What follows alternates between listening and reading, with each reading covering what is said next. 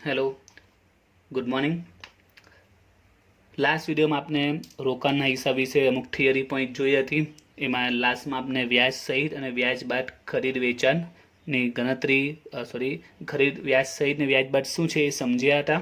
હવે આજે આપણે દાખલો સ્ટાર્ટ નથી કરવાના, પણ દાખલો સ્ટાર્ટ કરીએ પહેલાં આપણે એક પોઈન્ટ સમજવાનો છે કે વ્યાજ સહિત ને વ્યાજ બાદ ખરીદ કે વેચાણની ગણતરી કઈ રીતે થશે તે એમ.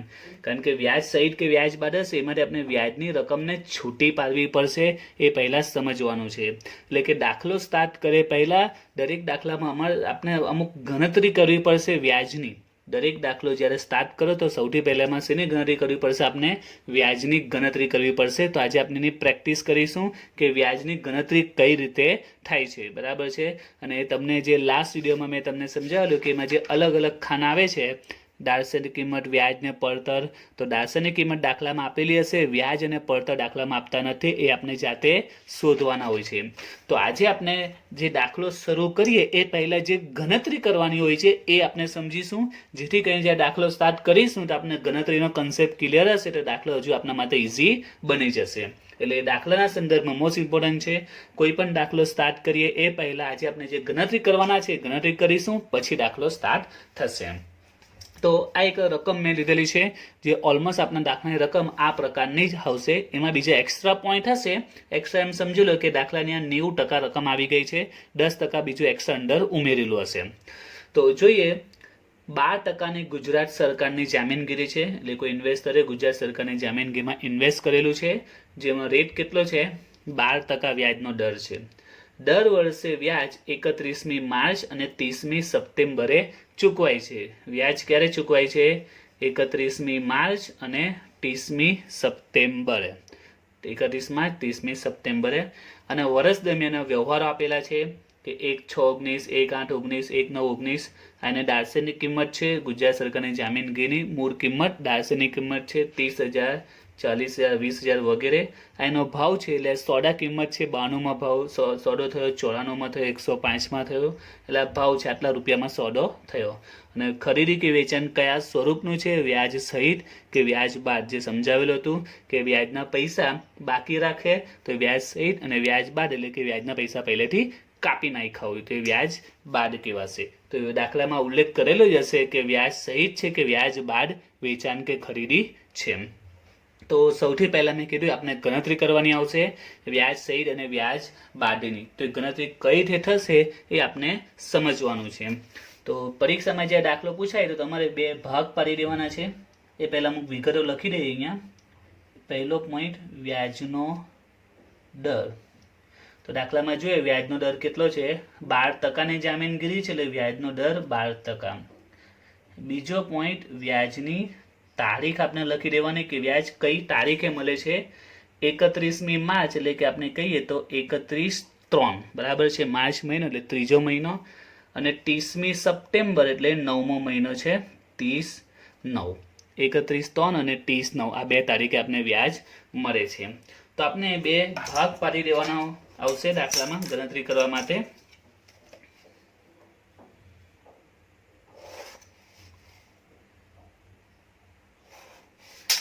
એક ભાગમાં આપણે લખીશું વ્યાજ સહિત અને બીજા ભાગમાં વ્યાજ બાદ. જે પણ વ્યાજ સહિતની ગણતરી હશે, ખરીદી કે વેચાણ જે હોય તે વ્યાજ સહિત વાળી ગણતરી આપણે અહીંયા દર્શાવીશું અને વ્યાજ બાદ વાળી ગણતરી અહીંયા દર્શાવીશું. તો હવે ગણતરી સ્ટાર્ટ કરીએ. વર્ષ દરમિયાન જે પણ વ્યવહાર થયા હોય દરેક વ્યવહાર માટે આપણે ગણતરી કરવી પડશે જ્યારે મૂળ દાખલો મેઇન દાખલો સ્ટાર્ટ થશે ત્યારે. તો જો સૌથી પહેલો વ્યવહાર છે 1/6/19. 30,000ની દાર્શનિક કિંમત છે, એનો ભાવ છે 92 અને વ્યાજ સહિત ખરીદી કરી છે. અત્યારે આપણે ફોકસ ખાલી વ્યાજ સહિત અને વ્યાજ બાદ પર રાખવાનું છે. વ્યાજ સહિત છેલ્લીની ગણતરી આપણે અહીંયા દર્શાવીશું. તો અહીંયા શોર્ટમાં તમારે લખી દેવાનું. પહેલી એન્ટ્રી આપણે અહીંયા આવે છે. તો 1/6/19 કઈ તારીખ છે? 1/6/19 શું કર્યું છે? ખરીદી કરી છે. તો 1/6/19ની ખરીદી. 1/6/19 શું થઈ? ખરીદી થઈ છે. કેટલી છે દાર્શનિક કિંમત એની? 30,000 અને 92ના ભાવે ખરીદી કરી છે. તો આપણે એના એન્ટ્રી આપીશું 30,000 ગુણ્યા 92નો ભાવ એટલે 92% કરી દેવાના. તો 30,092 તો આવશે 27,600. તો 92 નો ભાવ એટલે આ ભાવે સોદો થયો છે. તો 30,092 કરી દેવાના એટલે 27,600. એટલે 30,000 દાળસની કિંમત છે પણ સોદો કેટલામાં થયો? 27,600 થયો. આપને એક સિમ્પલ પોઈન્ટ વિચારે કે મેં કોઈ મકાન ખરીદ્યું છે એ 8 લાખનું છે પણ મેં સોદો 10 લાખમાં કર્યો. તો બસ એ જ રીતે છે 30,000 એની દાળસની કિંમત છે પણ સોદો કેટલામાં થયો? 27,600. એનો ભાવ છે એટલા ટકા કરી નાખવાના. તો 1/6/19 ની આ ખરીદી, 30,000 દાળસની કિંમત છે એના 92% કર્યા, 27,600 આવ્યા. હવે એના પર આપણે ગણતરી કરવાની છે વ્યાજ કેટલું ગણાશે તે. તો સૌથી પહેલો પોઈન્ટ, વ્યાજ હંમેશા આ જે દાળસની કિંમત છે એના પર જ ગણાય. આ માઇન્ડમાં સેટ કરી દેજો. વ્યાજ હંમેશા કઈ રકમ પર ગણાય છે? દાળસની કિંમત પર જ વ્યાજ ગણાય છે. ભલે સોદો 27,600 થયો હોય કે 50,000 થયો હોય પણ વ્યાજ હંમેશા દાળસની કિંમત પર જ ગણાય છે. તો આપણે વ્યાજ ગણીએ. 30,000 વ્યાજનો દર છે 12% ગુણ્યા 12% ગુણ્યા, હવે અહીંયા ઇમ્પોર્ટન્ટ પોઈન્ટ છે કે વ્યાજ કેટલા માસનું ગણાશે? 1 મહિનો, 2 મહિનો, 3 મહિનો, 4 મહિના, 5, 6. એ મોસ્ટ ઇમ્પોર્ટન્ટ પોઈન્ટ છે આ ગણતરી માટે. એટલે આપણે પહેલા ગણતરી સમજવાની છે, પછી નેક્સ્ટ વિડીયોમાં દાખલા સ્ટાર્ટ કરીશું. તો જો દાળસની કિંમત 30,000, વ્યાજનો દર 12%. હવે અહીંયા ઇમ્પોર્ટન્ટ છે કેટલા મહિનાનું વ્યાજ ગણાય. 2 મહિનાનું હોય તો 2/12, 3 મહિનાનું વ્યાજ ગણવાનું હોય તો 3/12. તો એ કઈ રીતે ખબર પડશે? તો એના માટે આપણે શું કરવાનું છે તે આપણે કઈ તારીખે ખરીદી કરી છે એ જુઓ. આપણે ખરીદી કરી છે 1/6/19 આપણે ખરીદી કરી છે. કઈ તારીખે ખરીદી કરી છે? 1/6/19.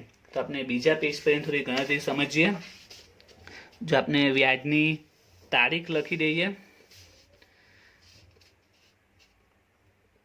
આપની વ્યાજની તારીખ છે 31/3 અને 30/9. આપણે જે પહેલો પોઈન્ટ છે 1/6/9 ખરીદી કરી, 1/6/19 ખરીદી કરી. તો આ તારીખને આધારે જ વ્યાજના મહિના ડિસાઇડ થશે.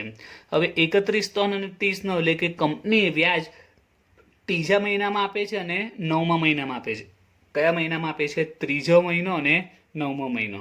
અને આપણે ખરીદી કરી છે 6ઠ્ઠા મહિનામાં. તો કેટલા મહિનાનું વ્યાજ આમાં ઇન્ક્લુડ છે, આવી ગયું છે. તો એના માટે તમારે શું કરવાનું તે કે 1/6 પહેલા કઈ તારીખે વ્યાજ મળી ગયું છે? તો ત્રીજા મહિનામાં કે 9મા મહિનામાં વ્યાજ મળી ગયું છે. તો 1/6 પહેલા ક્યારે વ્યાજ મળ્યું હશે? ત્રીજા મહિનામાં કે 9મા મહિનામાં? ફરીથી 1/6 પહેલા ક્યારે વ્યાજ મળ્યું હશે? ત્રીજો કે 9મો? તો 1/6 પહેલા ક્યારે વ્યાજ મળ્યું હશે? ત્રીજા મહિનામાં વ્યાજ મળી ગયું હશે. 1/6 પહેલા ક્યારે વ્યાજ મળ્યું હશે? ત્રીજા મહિનામાં. તો આ બે તારીખ વચ્ચેનો જે ડિફરન્સ છે 1/6 અને 31/3 વચ્ચે, એટલા મહિનામાં વ્યાજ સમાયેલું હશે.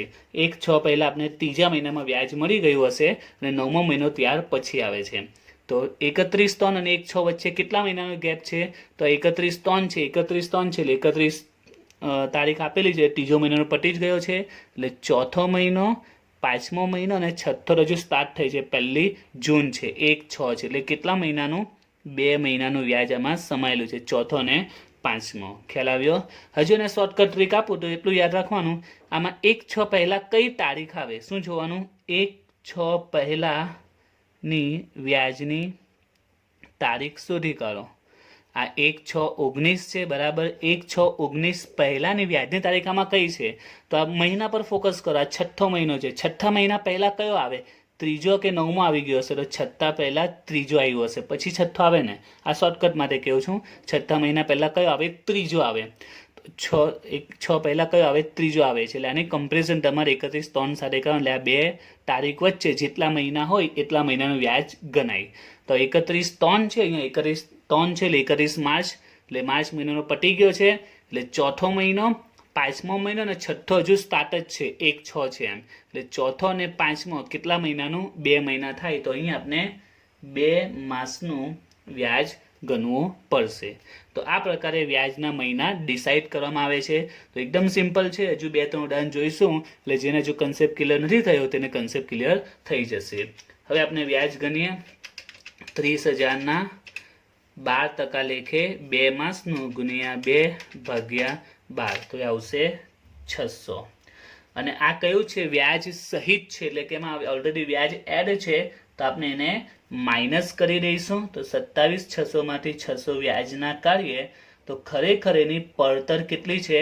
27,000 એની પડતર કહેવાય. એટલે આપણે જે 30,000માં ખરીદી કરી છે, બરાબર, 92ના ભાવે 92નો સોદો કર્યો, તો એને 27,600માં સોદો કર્યો છે, પણ આ વ્યાજ સહિત છે, એટલે એમાં વ્યાજ ઓલરેડી આપેલું છે, વ્યાજ સાથે છે, તો એમાં વ્યાજને આપણે બાદ કરી નાખો, કારણ કે વ્યાજ સહિત છે, એટલે વ્યાજને માઇનસ કરી નાખો. તો 600 રૂપિયા તો વ્યાજના છે, એને કાઢી નાખો. એટલે એકચ્યુઅલમાં આપણે આજે 30,000ની ખરીદી કરી, આપણે કેટલામાં પડ્યું? 27,000માં આપણે ઇન્વેસ્ટમેન્ટ પડ્યું. 27,600 આપણે આપ્યા, 600 તો વ્યાજના છે, એ વ્યાજ સહિત છે, એટલે વ્યાજને શું કરવાનું? માઇનસ કરી દેવાનું. વ્યાજ સહિતમાં વ્યાજ શું કરવાનું? માઇનસ કરી દેવું, એટલે એની પડતર આવી 27,000. તો આપણે જે દાખલામાં જોયું હતું કે 3 ખાના આવે છે, દાળસેટની કિંમત, વ્યાજ અને પડતર. તો આમાં જો આપણે વિચારીએ તો અને દાળસેટની કિંમત કેટલી છે? 30,000. એના પર વ્યાજ કેટલું છે? 600. અને એની પડતર કેટલી આવી? 27,000. તો આપણે અહીંયા એન્ટ્રી સમજાવેલી, બેંક ખાતે ખરીદી, અહીંયા 30,000, વ્યાજ 600 અને પડતર 27,000. એટલે આ ગણતરી કરવાથી આપણે દાળસેટની કિંમત દાખલામાં આપે જ છે, વ્યાજ અને પડતર આપણે શોધી નાખીશું. એટલે એન્ટ્રીમાં આપણે એકદમ ઇઝી બની જશે, રકમ બધી તૈયાર જ હશે. એટલે એના માટે આ ગણતરી સમજવી ઇમ્પોર્ટન્ટ છે. હવે આગળ જોઈએ. 1,8,19 40,000 દાળસેટની કિંમત, ભાવ 94, વ્યાજ સહિત ખરીદી. આપણને કેવી ખરીદી છે? વ્યાજ સહિત. તો એ આપણે અહીંયા જ બતાવીએ, વ્યાજ સહિત. તો કઈ તારીખ છે? 1/8/19ની ખરીદી છે. દાળસેટની કિંમત કેટલી છે? 40,000. અને કેટલા ભાવમાં સોદો કર્યો? 94માં. તો 40,000ના 94%. 40,000ના 94%. તો કેટલા આવે? 37,600.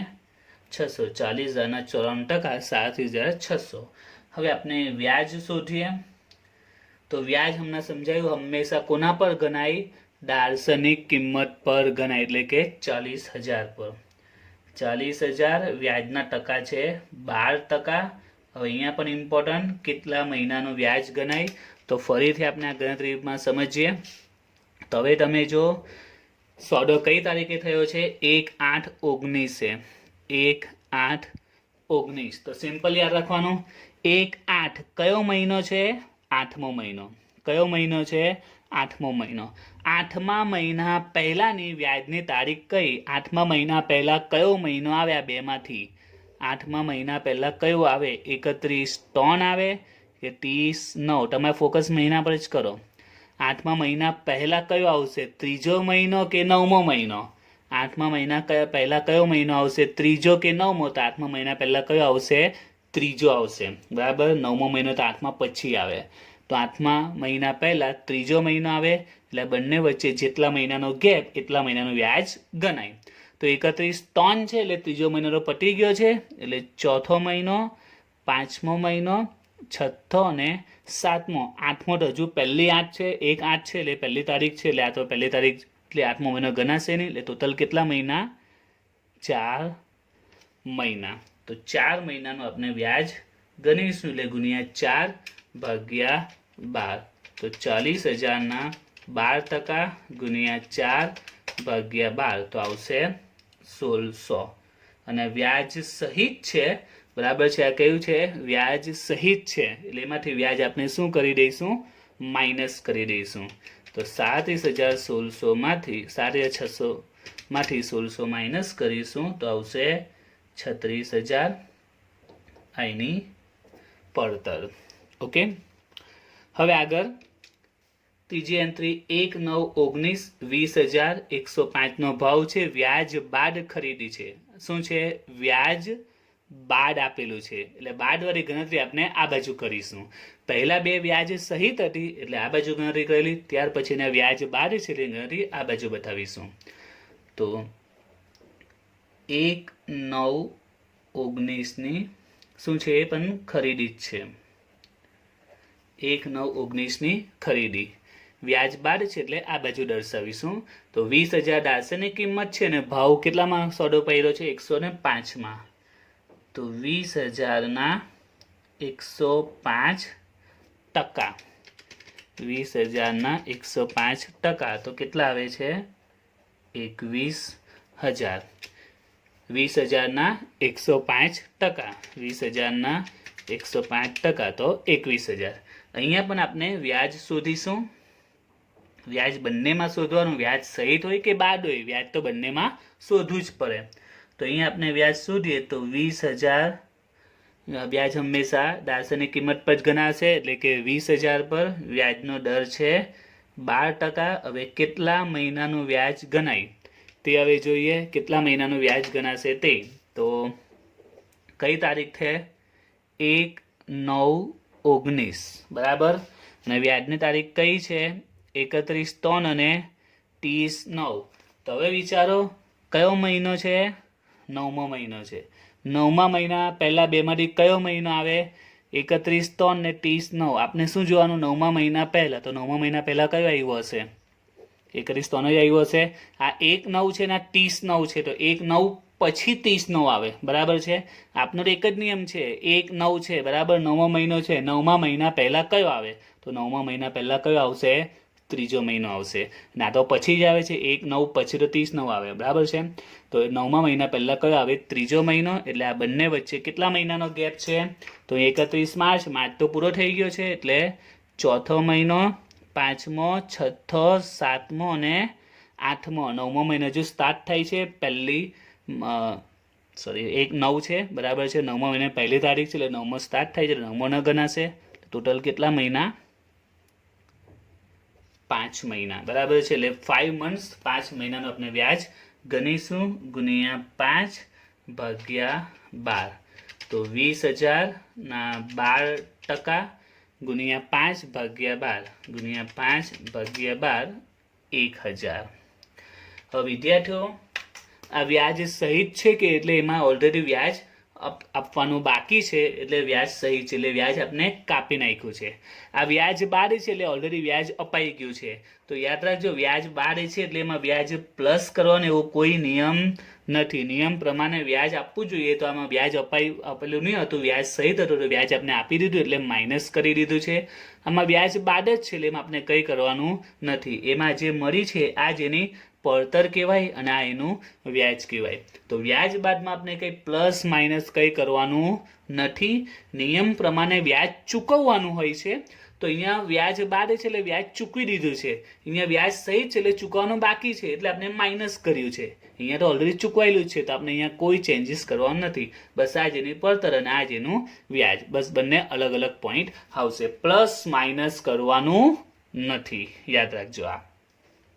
હવે જોઈએ આગળ 31/10 એ 40,000 108નો ભાવ વ્યાજ બાદ વેચાણ છે.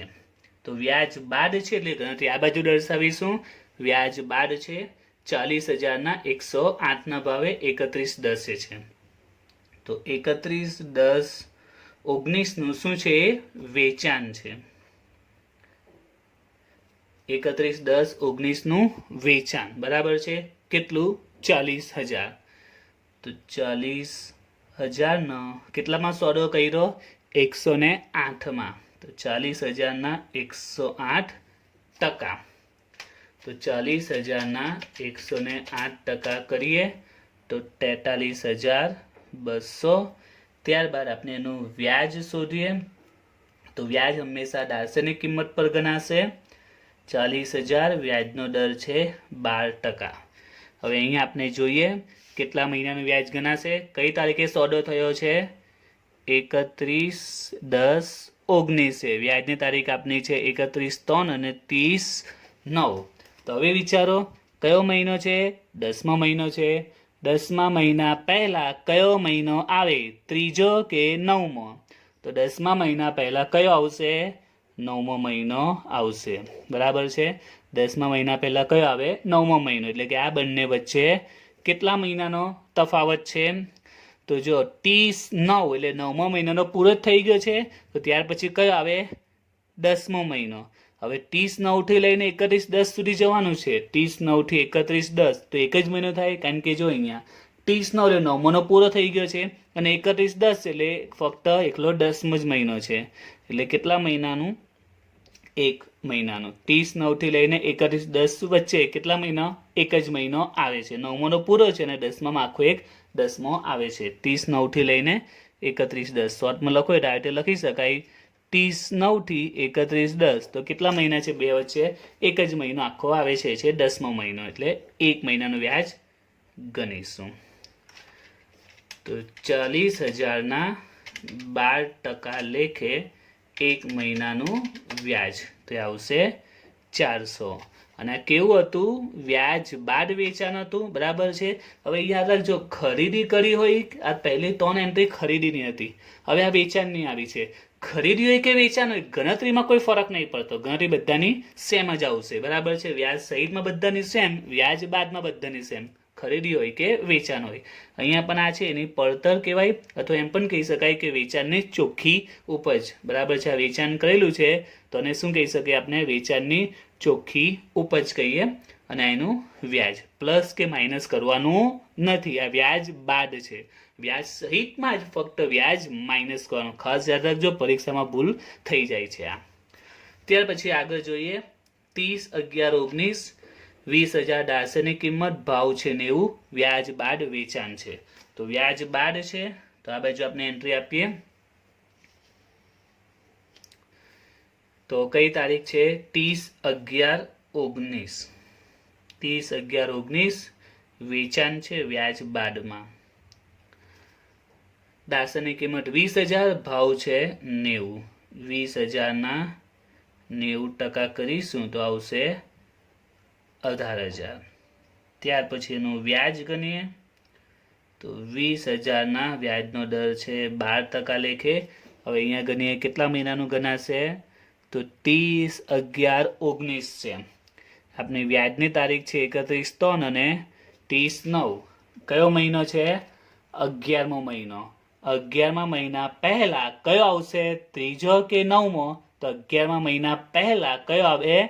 9મો આવે. 9, 10, 11, બરાબર. તો 11મા મહિના પહેલા કયો આવે છે? 9મો મહિનો આવે છે. તો 30/9 થી 30/11 વચ્ચે કેટલા મહિનાનો ગેપ છે? 30/9 થી લઈને 30/11 વચ્ચે. તો 30/9મો મહિનો પતી જ ગયો છે. ત્યાર પછી કયો આવે? 10મો મહિનો. ત્યાર પછી 11મો પણ આવશે. 30/11 છે એટલે આખો 11મો મહિનો આવશે. 11મો એટલે ટોટલ કેટલા? 2 માસ, 10 અને 11, એટલે 2 માસનું વ્યાજ ગણીશું. તો 20,000ના 12% લેખે 2 માસનું વ્યાજ તો આવશે 400. આ વ્યાજ બાદ છે એટલે એમાં આપણે અલગ જ રાખીશું, પ્લસ માઇનસ કરવાનું નથી. ત્યાર પછી છેલ્લી એન્ટ્રી 31/1/20. રકમ છે દાસની કિંમત 20,000, ભાવ છે 110 અને કેવું છે? વ્યાજ સહિત છે એટલે આપણે સહિત બાજુ ગણતરી કરીશું. ત્રીજી એન્ટ્રી તો 31/1/20. 31/1/20 એ શું છે? વેચાણ છે. 31/1/20 વેચાણ. દાસની કિંમત છે 20,000, ભાવ છે 110. 20,000 ભાવ 110%. તો 20,000ના 110% કરીશું તો આવશે 22,000. ત્યાર પછી વ્યાજ શોધવાનું.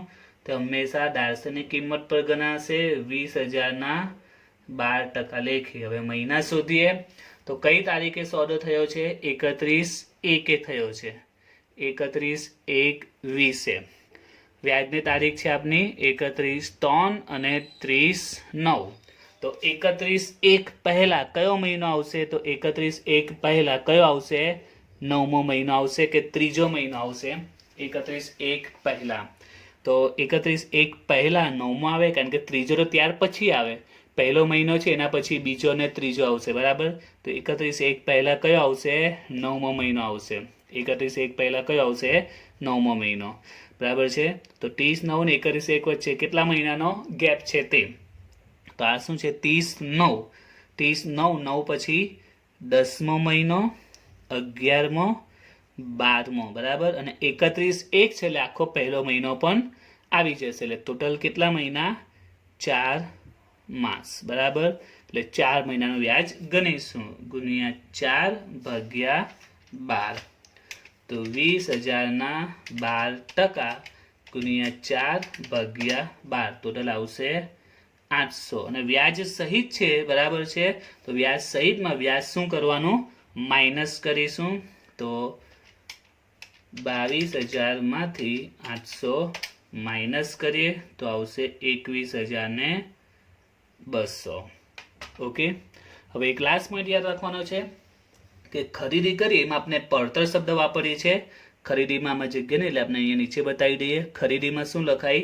પડતર. પણ જ્યારે વેચાણ હોય, બરાબર છે, આ 3 વેચાણ છે તો એમાં પડતર નહીં કહેલી, બી પડતર જ છે. પણ એમ કહેવાય કે આ જે માલ વેચ્યો છે એની પડતર, જે રોકાણ વેચ્યું છે એની પડતર, એમ શકાય વેચાણની ચોખ્ખી પડતર કે વેચાણની ચોખ્ખી ઉપજ, એવું આપણે કહી શકીએ છીએ. ઓકે.